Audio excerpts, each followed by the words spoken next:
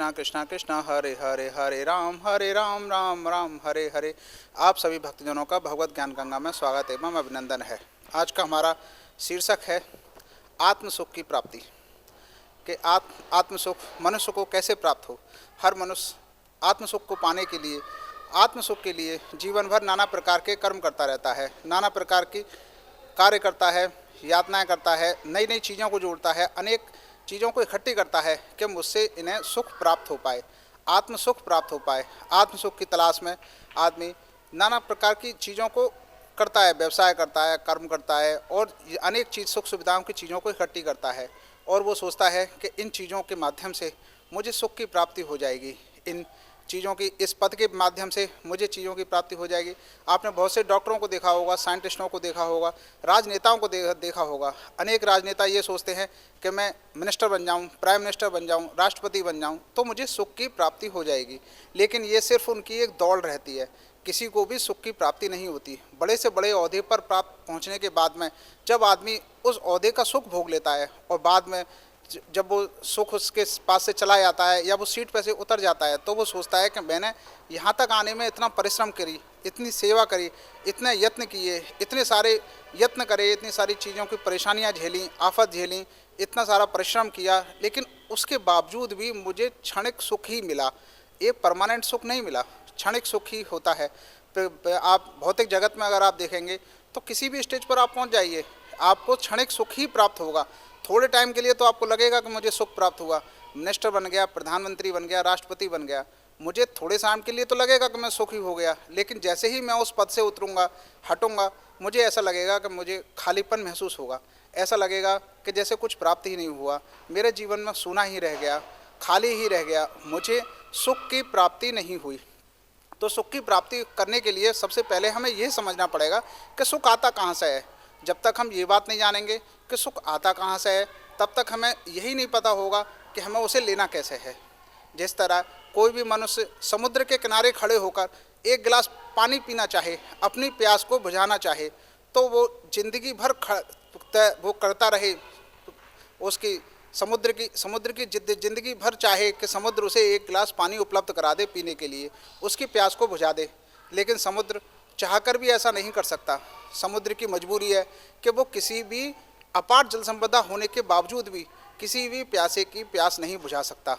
यही बात अगर इंसान की समझ में आ जाए कि अगर आप तुम्हें प्यास बुझानी है तो आपको गंगा के किनारे, किसी नदी के किनारे, किसी तालाब के किनारे, किसी एक कुएं के पास जाना पड़ेगा, तभी आप प्यास बुझा पाओगे।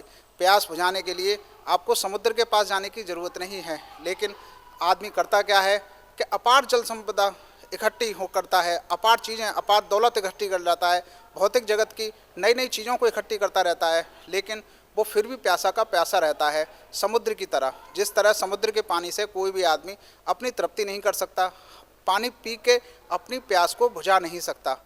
उसे अगर प्यास बुझाना है तो किसी नदी या कुएं के पास या गंगा के पास जाना होगा।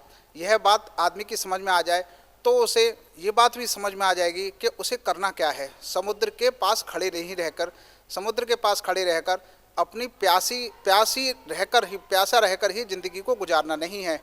अपनी आत्मा की तृप्ति के लिए उसे नदी या कुएं के पास जाना है। जैसे ही आदमी की बात समझ में आती है तो वो वह करता है और अपने प्यास को बुझा पाता है। इसी तरह सांसारिक दुनिया में आप ये देखें कि आत्मा तृप्ति आप चाहते हैं, आत्म का सुख चाहते हैं, तो आपको अंदर की यात्रा करनी होगी। क्योंकि आत्म सुख मिलेगा कहाँ से? क्योंकि प्रभु ने भगवत गीता में यही बताया गया है कि आत्मा का स्थान हृदय में है, बाहरी दुनिया में नहीं है। अगर आप बाहरी दुनिया में आत्म सुख ढूंढेंगे तो आपको आत्म सुख मिलेगा ही नहीं। सिर्फ एक प्यास ही रहेगी, ज़िंदगी भर प्यास रहेगी और उस प्यास को पूरा करने की, प्यास को तृप्ति करने की ज़िंदगी भर अभिलाषा रहेगी कि मैं ये पालूँ, ये कर लूँ, ये चीज़ दे दूँ, ये चीज़ पालूँ, ये चीज़ छोड़ दूँ तो मुझे सुख प्राप्त होगा। लेकिन सुख प्राप्त होता नहीं है, जीवन बीत जाता है, आदमी इस दुनिया से चला जाता है, प्यासा ही चला जाता है, उसे आत्मसुख नहीं मिल पाता। जबकि आप देखेंगे कि एक गरीब साधारण सा आदमी जो छोटा सा परिश्रम कर रहा होता है, या छोटा सा कोई ऋषि है, कोई महात्मा है जो भगवान से जुड़ा हुआ है, उसे आत्मसुख सहज ही प्राप्त हो जाता है। आत्मसुख प्राप्त करने के लिए उसे कहीं जाना नहीं पड़ता। कहाँ जाना है? आपको अंदर की यात्रा करनी है, हृदय तक आपको पहुँचना है। हृदय की गहराइयों से ही आत्म सुख की गंगा बहती है। आत्म सुख की गंगा हृदय के अंदर से बहती है। जैसे ही आप किसी दूसरे की सेवा करते हो, वह गंगा बहने लग जाती है। भगवान श्री कृष्ण ने गीता में यही बताया है कि मनुष्य को आत्म सुख पाने के लिए करना क्या है। आत्म सुख पाने के लिए आपको भगवान की सेवा करनी है। भगवान की सेवा का मतलब सिर्फ इतना कि भगवान तो हर जीव में, हर पशु में, हर जानवर में, हर वनस्पति में मौजूद हैं। आपको उनकी सेवा करनी है। जैसे ही कोई भी बंदा इस बात को समझता है और किसी जानवर की, किसी मनुष्य की, किसी पक्षी की, किसी वनस्पति की सेवा प्रारंभ कर देता है, तो उसे उस गंगा आत्म स्वरूप प्रेम की गंगा से उसे सुख पाना शुरू हो जाता है और उसे आनंद की अनुभूति होनी शुरू हो जाती है। जैसे ही आनंद की अनुभूति शुरू होती है तो वह यह बात समझ जाता है कि आनंद पाने के लिए आपको अंदर की यात्रा करनी है। बाहर के जगत में आनंद नहीं है। बाहर की जगत में तो सिर्फ समुद्र ही समुद्र है। आपको अपार जल संपदा तो मिलेगी, लेकिन उसमें से आप एक गिलास पानी पी नहीं सकते।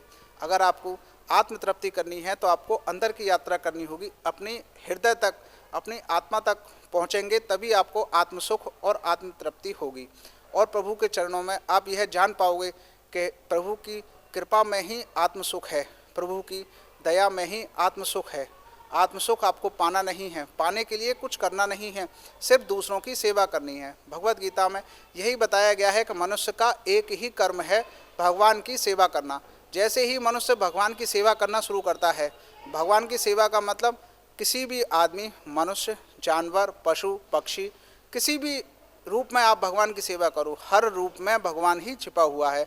जिस दिन आदमी इस तथ्य को समझ जाता है और इन सब की सेवा करना प्रारंभ कर देता है, वह आत्म सुख को पा लेता है। आत्म सुख को पाने लगता है, उसे फिर आनंद की अनुभूति होने लग जाती है। उसे ये लगता है कि मैंने इस जीवन में कुछ किया, मैंने ये जीवन में कुछ पाया। और जैसे ही वह दूसरों की सेवा करना प्रारंभ करता है, भगवान भी इस बात से खुश होते हैं, वो भी सोचते हैं, उनको इस बात को तत्काल पता लग जाता है कि यह मनुष्य मुझसे जुड़ गया और मैं अब इसे सुख प्रदान करूं, सुख शांति प्रदान करूं, आनंद प्रदान करूं। और भगवान उस पर अपनी कृपा अनायास ही बरसाने लग जाते हैं। मनुष्य को यह पता ही नहीं होता कि उसके सारे काम, सारे परेशानियां अपने आप ही हल होने लग जाती हैं। बिना कोई परिश्रम किए, बिना कुछ कार्य किए उसके सारे काम अपने आप बनने लग जाते हैं। प्रभु की कृपा उस पर बरसने लग जाती है और वह प्रभु की कृपा को ग्रहण कर पाता है, देख पाता है। क्योंकि प्रभु की कृपा को देखने के लिए आपको हृदय की, आत्मा की आँखों की आवश्यकता है। आत्मा की आँखों के द्वारा ही आप प्रभु की कृपा को पा सकते हैं और देख सकते हैं। वरना जब तक आपकी आत्मा की आँखें बंद होती हैं, आप ना तो प्रभु को देख पाते हैं, ना ही उनकी कृपा को देख पाते हैं। बस निराशा की तरह जिंदगी जीते रहते हैं और मृग तृष्णा की तरह इधर उधर भागते रहते हैं। सांसारिक चीज़ों में सुख की खोज करने लगती है कि मैं ये चीज़ पालूँ, इस ओहदे पर पहुंच जाऊं, ये इस स्टेज पर पहुंच जाऊंगा तो मैं खुश हो जाऊंगा, राष्ट्रपति बन जाऊंगा, प्रधानमंत्री बन जाऊंगा तो मैं खुश हो पाऊंगा। लेकिन कहीं भी आप खुश नहीं हो पाते, खाली हाथ ही रह आते हैं। एक कहावत है कि आदमी खाली हाथ आया है, खाली हाथ जाएगा। ये कहावत एक सर्वथा गलत है। इस कहावत का कोई मतलब नहीं, क्योंकि ना ही आदमी खाली हाथ आता है। आदमी अपनी आशा लिए हुए आता है, अपने कर्मों को लिए हुए आता है, अपनी इस रंगमंच पे, इस दुनिया पे कुछ करने के लिए आता है। कोई भी व्यक्ति खाली हाथ नहीं आता और ना ही कोई व्यक्ति खाली हाथ जाता। वो अपने कर्मों का फल, कर्मों के द्वारा जो उसकी कमाई गई संपत्ति है उसको लेके जाता है। जो भी उसके आशीर्वाद हैं, जो भी उसकी भक्ति है, जो भी उसकी क्रियाकलाप हैं, उनको लेके जाता है। कोई भी आदमी ना खाली हाथ आता ना खाली हाथ जाता। ये तो सिर्फ भ्रम मात्र लोगों ने बात बता दी है कि आदमी खाली हाथ आता है, खाली हाथ जाता है। कोई भी व्यक्ति ना खाली हाथ आता ना खाली हाथ जाता। जो भी व्यक्ति है मुट्ठी बांधे ही व्यक्ति आता है और ढेरों आशीर्वाद, ढेरों कृपा, भगवान की कृपा को लेकर ही आदमी जाता है। जो व्यक्ति नहीं जा पाता वही खाली हाथ जाता है। जिस व्यक्ति को भगवान की कृपा के बारे में ही नहीं पता होता, सिर्फ वह व्यक्ति ही खाली हाथ जाता है।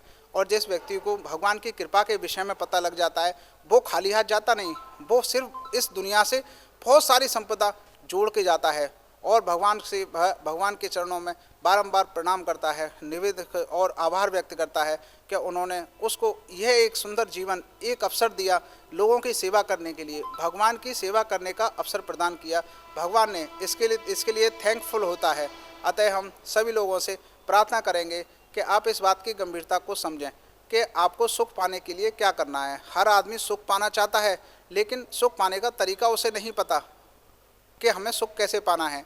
सुख पाने का बहुत सादा सीधा सा रास्ता है कि सिर्फ आपको दूसरों की सेवा करना है, आपके अपने अंदर मानवता जगानी है। जैसे ही मनुष्य आदमी तभी बनता है जब वह पांचवा कर्म करता है। चार कर्म तो हर आदमी, हर जानवर करता है, जैसे सोना, खाना, सुरक्षा और प्रजनन।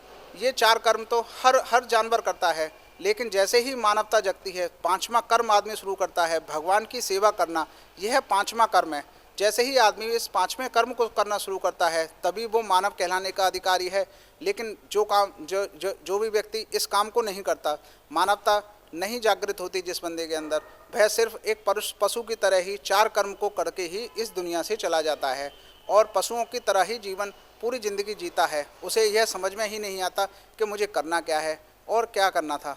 बल्कि भगवद गीता में भगवान के द्वारा एक ही कर्म बताया गया है कि मनुष्य का एक ही कर्म है, भगवान की सेवा करना। कोई भी व्यक्ति दूसरा कर्म कर नहीं सकता।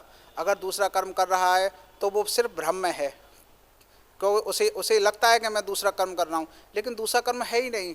अगर वो ये ध्यान से देखेगा तो दूसरा कर्म भगवान ने बनाया ही नहीं है। एक ही कर्म है, भगवान की सेवा करना, और हर मनुष्य यही कर रहा है। हर मनुष्य एक न एक दूसरे की सेवा ही कर रहा है, इसके अलावा कोई मनुष्य दूसरे की सेवा नहीं कर रहा। आप किसी भी मंत्री को देख लो, किसी भी राष्ट्रपति को देख लो, किसी भी प्रधानमंत्री को देख लो, किसी भी एमएलए को देख लो, किसी भी डॉक्टर को देख लो, किसी भी साइंटिस्ट को देख लो, ये लोग कर क्या रहे हैं? सिर्फ मानव की सेवा ही कर रहे हैं, दूसरा काम नहीं कर रहे। मानव की सेवा करना ही माधव की सेवा करना है, यही काम हर मनुष्य कर रहा है। लेकिन किसी भी व्यक्ति को यह बोध हो जाता है कि मैं मानव की सेवा निस्वार्थ भाव से करूं, तभी वह भगवान की तरफ झुक पाता है, तभी उसे भगवान की कृपा सही में प्राप्त हो पाती है। वरना हर व्यक्ति मानव की सेवा तो कर रहा है, लेकिन उसका यथा मूल्य ले रहा है, उसकी कीमत ले रहा है। लेकिन जैसे ही आदमी कीमत लेना बंद कर देता है, निस्वार्थ भाव से भगवान की सेवा करना शुरू कर देता है, तत्क्षण उसके अंदर, उसके हृदय से प्रेम की गंगा बहनी शुरू हो जाती है और वह प्रेम की गंगा को पाकर तृप्ति का एहसास उसे मन में होता है और वह सुख को प्राप्त कर पाता है, शांति को प्राप्त कर पाता है, जीवन को सफल बना पाता है। यही भगवद गीता का संदेश है, यही सच्ची मानवता है। राधे राधे, जय श्री राधे। हम सभी भक्तों से यही कहेंगे कि अपने अंदर मानवता को जागृत करें और भगवान की सेवा करें, जिससे आपको परम सुख की प्राप्ति हो पाए। जय श्री कृष्ण, राधे राधे, जय श्री राधे।